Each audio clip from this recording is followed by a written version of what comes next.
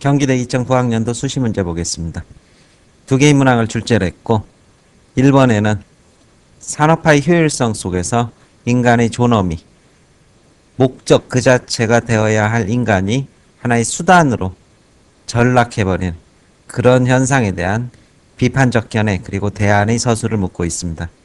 2번에서는 수인의 딜레마, 이게 게임 이론입니다. 수인의 딜레마를 출제를 했고 여기에는 게임 이론이라는 배경 지식이 삽입이 되어 있습니다. 반드시 이해를 해두시고 문제에 적용을 하시기 바랍니다. 이를 토대로 해서 사회적 신뢰망의 구축, 이와 함께 환경 문제 해결, 이것을 문제로 출제를 하고 있습니다. 먼저 문제 1번에 있어서의 키워드를 보겠습니다. 문제 1번과 관련해서는 이 철도원이란 배경 지식이 이런 논의의 배경을 조금 더 심도 있게 이해를 해줄 수 있게 할 것입니다. 이 부분은 서술에 직접적인 인용의 대상이 되지 않기 때문에 포함을 시키지는 않았습니다. 이 강의를 듣고 나서 별도로 찾아서 배경 지식에서 들으시기 바랍니다. 2번은 당연히 포함을 시켜놨습니다. 제시문 가에서는 물질 만능주의, 흔히 물신화라고 그러죠. 이런 물신화 현상이 개인과 계층의 이기주의로 점차 번지고 있는 우리 사회적 현상을 제시를 하고 있고, 제시문 나에서는 글 자체가 어렵진 않죠. 자신은 세계와의 관계 속에서 자아가 정립된다. 그런데 이 세계와의 관계는 나와 그것이라는 양상과 나와 너라는 두 가지 양상으로 이야기를 하고 있습니다. 나와 그것은 개체, 인격체로서의 개인이 외적 사물과 관계를 맺는 양식이고, 나와 너는 인격 전체로 대등하게 교류하고 서로 간에 정서를 주고받는 그런 관계입니다. 그런데 사람 사이에서도 나와 그것이 될 수 있다. 그것은 상대를 기능적이고 비인격적인 관계로 대우할 것이다. 그렇다면 그럴 때 자신은 항상 우위에 서 있느냐? 그렇지 않다. 자신 또한 어떻게 상대에 의해서 기능적이고 비인격적인 인물로 대체됨으로써 서로 간의 부품화 현상이 이어질 것이다. 이것은 바로 사람이 아닌 수단으로 대접받는 가치 전도 그리고 소외 현상을 이야기하는 겁니다. 따라서 이 부분의 내용이 바로 철도원과 맥락이 닿아 있을 것입니다. 이것은 좀 더 폭넓은 이해를 위한 배경 지식이 됩니다. 그리고 제시문 다에서는 이 시문학을 소개를 하고 있죠.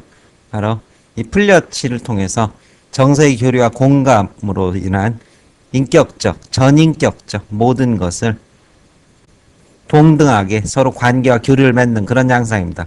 비단 사람이 아니라 자연과 생태계 전체로 이것을 확산시키는 것이고, 이것은 나를 중심에 두고 이렇게 주변을 타자로 보는, 대상으로 보는 게 아니라 나 또한 그들과 같은 연장에 서서 타인과 관계와 교류를 맺는 양상의 시문학, 이렇게 볼 수 있을 것입니다. 가나 지문은 생략하고 타 지문의 핵심 구절만 본 뒤 문제에 답변하겠습니다. 플려치 한 마리 길을 가는데 함께 길을 간다. 동반자가 됐죠. 나의 동반자로서의 플려치. 그런데 이것을 단순한 벌레 하나가 아니라 그 숨결을 느끼는 나와 같은 동등한 이러한 생명체로서 존중을 해줍니다. 모든 살아있음의 제자리를 생각했다. 플립, 내가 플립이라고 생각할 때, 그를 위한 플립이라고 생각할 때 그도 온전한 한 마리 플려치에서 서로 간에 어떻게 존재가 역시 대등해질 수 있는 것이다. 하늘은 맑고 햇살로 물결치는 속 바람 속 한없이 걸었다. 풀은 작아져서 새가 되고 흐르는 물이 되고 자신이 어떻게 자연과 동화되는 것입니다. 뛰는 아이들이 되어서 나는 이 세상 속에 나를 알았다. 타인과 공존, 조화, 그리고 정서와 공감을 함께 교류함으로써 내 자신의 존재 의미를 더욱 확인할 수 있는 것, 이것이 바로 사랑이라는 것을 분명히 알았다. 따라서 이건 사람뿐 아니라 모든 존재하는 사물에 대한 존중과 그리고 동등한 관계 맺음, 이러한 것을 말하고 있는 작품이다. 이렇게 다를 볼 수 있을 것입니다. 문제 보겠습니다. 문제에서는 가에서 제기하는 문제를 문제가 있는 거죠. 바로 물신화, 물질 만능주의는 중간 키워드 보겠습니다. 심각한 가치관의 혼란, 그 다음에 계층 집단 간 이기주의, 그리고 사회 통합을 달성하는데 걸림돌 이렇게 얘기를 하고 있습니다. 따라서 여기에서는 산업화 민주화의 과정에서 각박해지다 보니까 자신의 이기성, 그것을 우선시하게 되고 타인의 존재를 전인격적으로 수용하지 않는 그런 사회가 되었다. 그런데 이런 사회에서 다윗이가 어떤 의미를 가질 수 있는지 나의 관점과 연관지어 놓아라 이렇게 얘기를 했습니다. 따라서 나의 관점에서는 나와 그것이 아닌 나와 너라는 동등성을 이야기를 하고 있습니다. 그리고 이것은 전인격적 관계이고 상대를 뭐로 수단이나 도구로 보지 않는 그러한 자세가 될 것입니다. 따라서 물신화된 사회에서 물질 만능주의 사회에서 타인과의 관계를 물질을 얻기 위한 이런 수단의 기능으로만 여긴다면 그것은 나 또한 언제든지 대체될 수 있는 기계의 부품과 같은 그러한 인간관계를 형성하게 될 것입니다. 따라서 이런 이례적이고 수단적 관계 속에서 벗어나기 위해서 바로 다윗이는 우리가 어떻게 관계를 맺어야 하는 이 맺음의 양상을 보여준다 이렇게 연결을 해주시면 될 것입니다. 그럼 다윗이는 우리가 어떻게 나와 너의 관계를 맺을 수 있느냐? 그것은 바로 정서와 감정의 교류와 교감을 통해서 단순한 이성과 합리성을 토대로 해서 얼마나 이윤을 추구할 수 있느냐 혹은 나에게 이해관계를 맺느냐의 관계가 아니라 자신이 갖고 있는 삶의 정서와 감정을 함께 주고받을 수 있는 이러한 주제의식을 다윗이가 담고 있다. 이것을 좀 확대해서 짧은 예시를 든다면 현대인들은 속도에서 살고 있습니다. 이 속도는 효율성이고 이 효율성은 바로 우리의 뭐를 이윤을 극대화시키는 그런 장치입니다. 그럴 때 나와 너의 관계는 철저히 어떻게 나와 그것의 관계가 될 수밖에 없을 것이고 그것을 단적으로 보여주는 것이 이메일과 편지가 될 것입니다. 이메일은 가장 사무적이고 필요한 것들을 순간순간 주고받을 수 있는 연락의 매체이지만 그때 타인과의 진정한 의미에서의 정서의 교류는 실종될 수밖에 없을 것입니다. 하지만 편지는 한자 한자 써내려가는 그러한 정성과 글자 속에 담긴 자기의 감정이 타인에게 고스란히 전달되면서 자기 스스로를 내보임으로써 상대 또한 어떻게 그 자신을 내보이게 되는 이러한 전인격적 관계 맺음의 출발점과 단서가 될 수 있을 것입니다. 물론 편지, 이메일은 간단한 예시가 될 것이고 이것은 글 쓰는 후반부에 혹은 매듭 부분에 간단하게 언급할 수 있는 내용이고 이 답안의 핵심 내용은 바로 물신화되고 기능화되고 이기성으로 모든 것에 관계 맺는 우리 삶의 현실에 있어서 감정과 정서의 교류라는 본질적 관계의 회복이 바로 나와 그것의 관계가 아니라 나와 너라는 인간 대 인간의 만남을 이루게 될 것이다. 이것이 바로 글 흐름의 전체 골격을 이루게 되고 그 과정에서 물신화되고 이기화되고 그 다음에 물질을 가장 우선시하는 현대사의 문제점에 대한 비판적 접근 그리고 대안적 방향성의 제시 이것이 1번에 대한 적절한 답안이 될 것입니다. 2번 보겠습니다.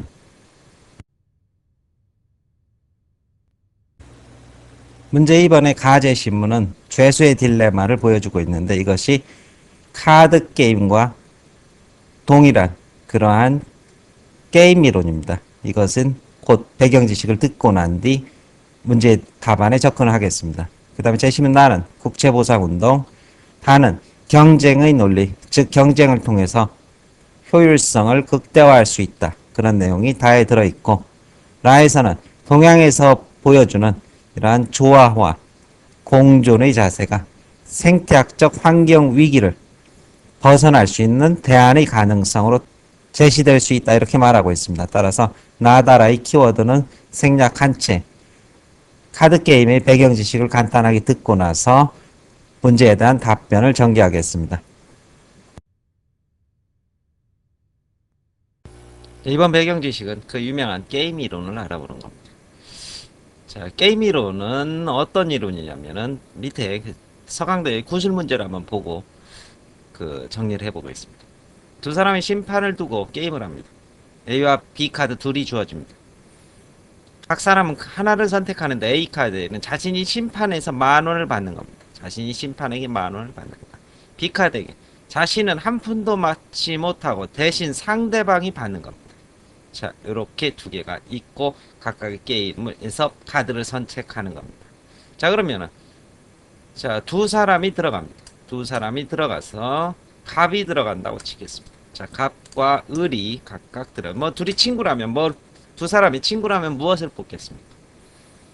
자신이 10,000원을 받는다. 자신이 10,000원을 받는다 보다는 상대방이 50,000원씩을 서로 받도록 하는 것이 가장 효율적입니다. 근데 각과 을이 잘 모르는 사이라고 합니다. 뭐 들어가기 전에는 둘이 틀림없이 무엇을 뽑자고 서로 굳게 약속을 할 것 같습니다. 서로 B카드를 뽑아서 50,000원씩 받고 가자고 약속을 할 겁니다. 그렇지만 다시 들어가서 각각 자기만의 이제 방에 들어간다고 가정을 합니다. 방에 들어가서 카드를 뽑아야 될 동안 마음의 변화가 있을 겁니다. 아, 우리 50,000원씩을 뽑기로 했는데 내가 A를 뽑고 상대방이 B를 뽑는다면 나는 A를 뽑고 상대가 무엇을 뽑는다면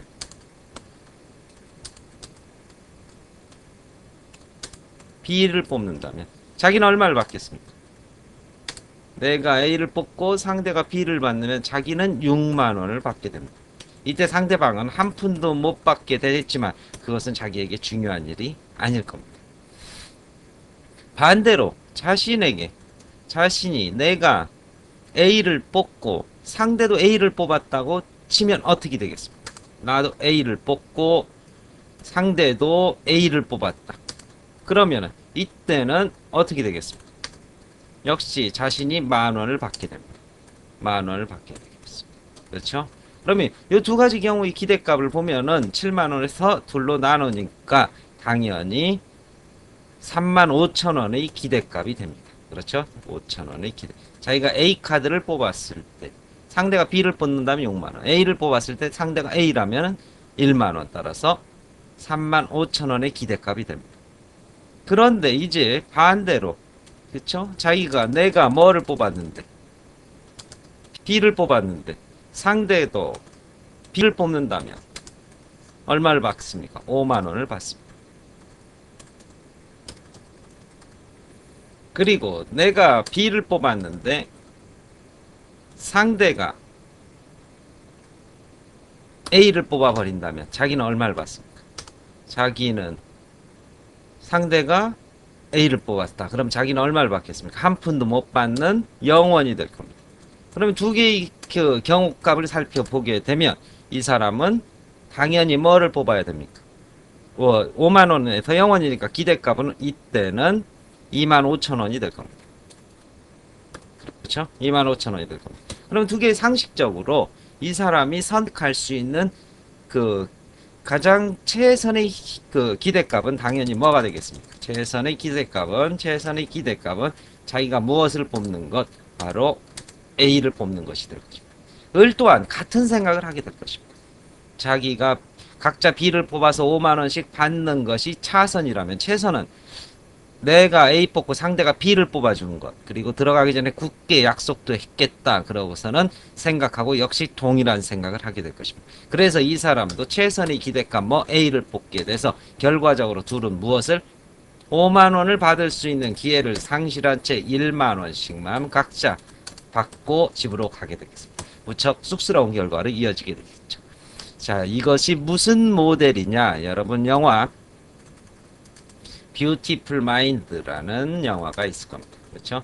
존 내시라는 미치광이 수학자가 등장합니다. 그렇죠? 이 이론을 만들어서 노벨 경제학상을 받은 수학자입니다.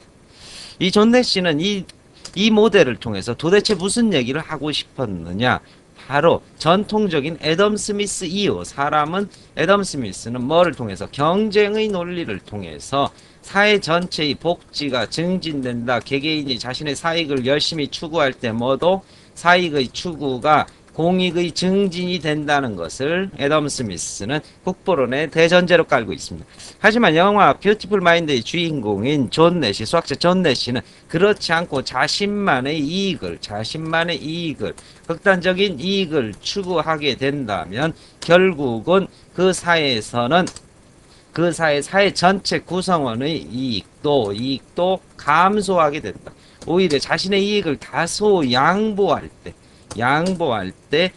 그 이익을 양보할 때 사회 전체의 공익은 물론 자신의 이익도 증진할 수 있다. 즉, 최선이 아닌 차선이 최악을 피하는 경쟁으로 촉발되는 최악을 피할 수 있는 것이다라는 새로운 모델 제시에서 전통적인 경제학의 개념을 뒤집었던 겁니다.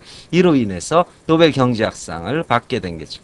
따라서 영화 제목 뷰티풀 마인드는 상호 이해와 신뢰의 마음의 중요성, 그리고 내가 뭐를 뽑고 싶을 때, A를 뽑고 싶을 때 상대도 그 분명히 A를 뽑고 싶을 것이다. 그러한 마음을 서로 미루어 짐작한 채 각각 B카드를 뽑아서 타인의 이익을 실현시켜 줄 때, 타인의 이익을 실현시켜 줄 때, 그렇죠? 자신의 이익도 증진된다는 이러한 모델을 바로 드러낸 것이, 수학적으로 증명해낸 것이 바로 존 내시 수학 이론이고, 이것은 대입 기출 문제에서 끊임없이 해마다 한번 거의 빠지지 않고 나오는 모델의 개념인 만큼 잘 숙지해 주시기 바라겠습니다. 마칩니다. 이제 문항 1을 본다면, 재심은 가를 전제로 나의 국채보상운동이 실패하게 된 이유를 추론하라. 이게 한 절반쯤 되겠죠. 또 이를 토대로 다를 평가하고 절반의 절반 주장이 대기되는 이유, 이런 정도 서술을 해주시면 됩니다. 혹은 뭐 3대 3대 3의 비율로 원고지를 끊으셔도 될 것이고, 재심은 가를 전제로 해서 아까 카드 게임 이론과 동일한 모델이라는 거 아셨을 겁니다. 수인의 딜레마. 따라서 여기에는 개인은 뭐다? 이기성을 추구를 한다. 그런데 이 이기성을 추구하는 것이 상호 간의 뭐로? 불이익을 초래할 수 있을 것이다. 이것은 뭐다? 신뢰의 부족에서 기인하는 것이다. 따라서 이기성이 항상 합리적 결과를 주는 것이 아니라 바로 경쟁의 논리입니다. 때로는 모두에게 불이익을 줌으로써 전체적인 손해를 일으키게 된다. 이것을 흔히 공유지의 비극이라고 이렇게 얘기를 합니다. 그리고 이 부분은 외부 불경제 혹은 나쁜 외부 효과라고도 이렇게 정리를 하는데, 이 부분을 좀 더 심도 있게 보시고 싶은 분은 게임이론의 기본편 자료를 저한테 받으셔서 나머지 수업을 하시면은 아주 분명하게 이해를 하실 수 있을 것입니다. 여기에는 뭐가 있다? 상호간의 신뢰의 부족이 깔려져 있다. 이것이 가의 전제가 됩니다. 자, 이를 토대로 국채보상운동이 실패하게 된 이유, 실패를 했다고 했습니다. 추론해 본다면 첫 번째는 자신의 이기심을 추구를 합니다. 즉, 나는 A카드를 내고 상대가 B를 내주기를 바라는 그러한 이기성의 심리입니다. 국채보상운동에 적용하면 나는 안 내고 상대가 돈을 내서 나라 빚을 갚아주기를 바라고 이렇게 되는 겁니다. 이것이 또 개인에게는 합리적인 경쟁에 따른 선택의 원리가 됩니다. 그럼으로써 결국 이것이 실패를 하게 되는데, 그럼으로써 이 빚에서 벗어나지 못하고 공동체 전체가 역시 불이익을 받게 되는데, 여기에는 신뢰의 부족이 있습니다. 어떤 신뢰의 부족이냐? 내가 B를 냈을 때 역으로 상대가 A카드를 내면 나만 바보가 된다는 이러한 신뢰의 부족입니다. 따라서 이것이 실패하게 되는 것은 이기심을 추구하고 공동체 전체가 타인에 대한 믿음과 신뢰가 부족했기 때문이다가 바로 실패의 원인의 핵심이 될 것입니다. 이것을 토대로 해서 다 경쟁의 논리가 가진 관점의 한계를 서술하시면 됩니다. 경쟁은 때로 능률과 효율을 분명히 극대화할 수 있지만 이것이 때로는 전체에 있어서 전체의 불이익으로 이어지게 됨으로써 누구도 이익을 보지 못하는 이러한 공유지의 비극의 가능성을 안고 있는 것, 이것이 바로 다 경쟁만을 우선시하는 관점이 갖는 한계가 될 것입니다. 따라서 사회 전체의 통합과 안정과 그리고 상호 공존할 수 있는 이런 시스템이 무너지게 되고 자신의 이익만 극대화하려고 하는 과정에서 누구도 이윤을 낼 수 없는 그러한 상황, 즉 나쁜 외부 효과가 이어질 수 있는 것입니다. 이제 마지막으로 이를 토대로 라의 주장이 제기되는 이유. 그래서 이제 가나다를 전체 유추해서 이 주장이 왜 타당한지 이것을 서술해 주시면 될 것입니다. 라짐은 간단히 보겠습니다. 라에서는 전통적인 동양의 사고방식이죠. 유가, 도가, 불교, 그리고 핵심 키워드는 공동체주의, 그리고 사람들 사이의 화합과 조화, 이렇게 이야기를 하고 있습니다.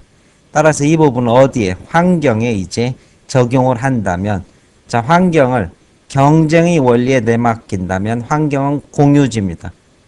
즉 혜택은 나 홀로, 환경을 오염시킨 혜택은 나 홀로 받고 그것으로 인한 사회적 비용은 공동체 전체가 내기를 바라게 될 겁니다.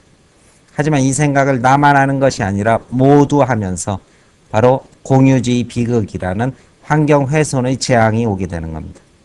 따라서 이런 경쟁의 논리가 아니라 타인과 함께 공존하는 것이 결국 나의 삶의 터전도 동시에 지켜줌으로써 장기적 안목에서 모두에게 이익이 되는 방향, 즉 현재의 이익을 다소 양보하는 자세 속에서 조화와 공존을 이룰 때 이것은 손해가 아니라 결국 나에게도 이익이 될 수 있다.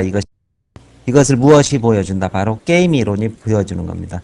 즉 다소의 이기심을 억누르고 B카드를 모두 다 꺼내놓을 때 결국은 A를 모두 꺼내놓는 사회보다 더 큰 혜택을 누릴 수 있다. 따라서 환경 문제에 있어서 일시적 효용의 극대화라는 경쟁의 논리가 아니라 함께 더불어 공존하려는 그러한 자세가 내가 사는 곳의 터전을 지속적으로 유지함으로써 장기적 생존에 유리하게 되고 바로 동양 사상이 이러한 극단적 이기성과 배타성을 벗어나려는 사유로서 환경 문제 해결의 시사점을 주게 된다. 이것이 마지막 부분의 서술로 자리 잡고 있으면 답안이 완성이 될 것입니다.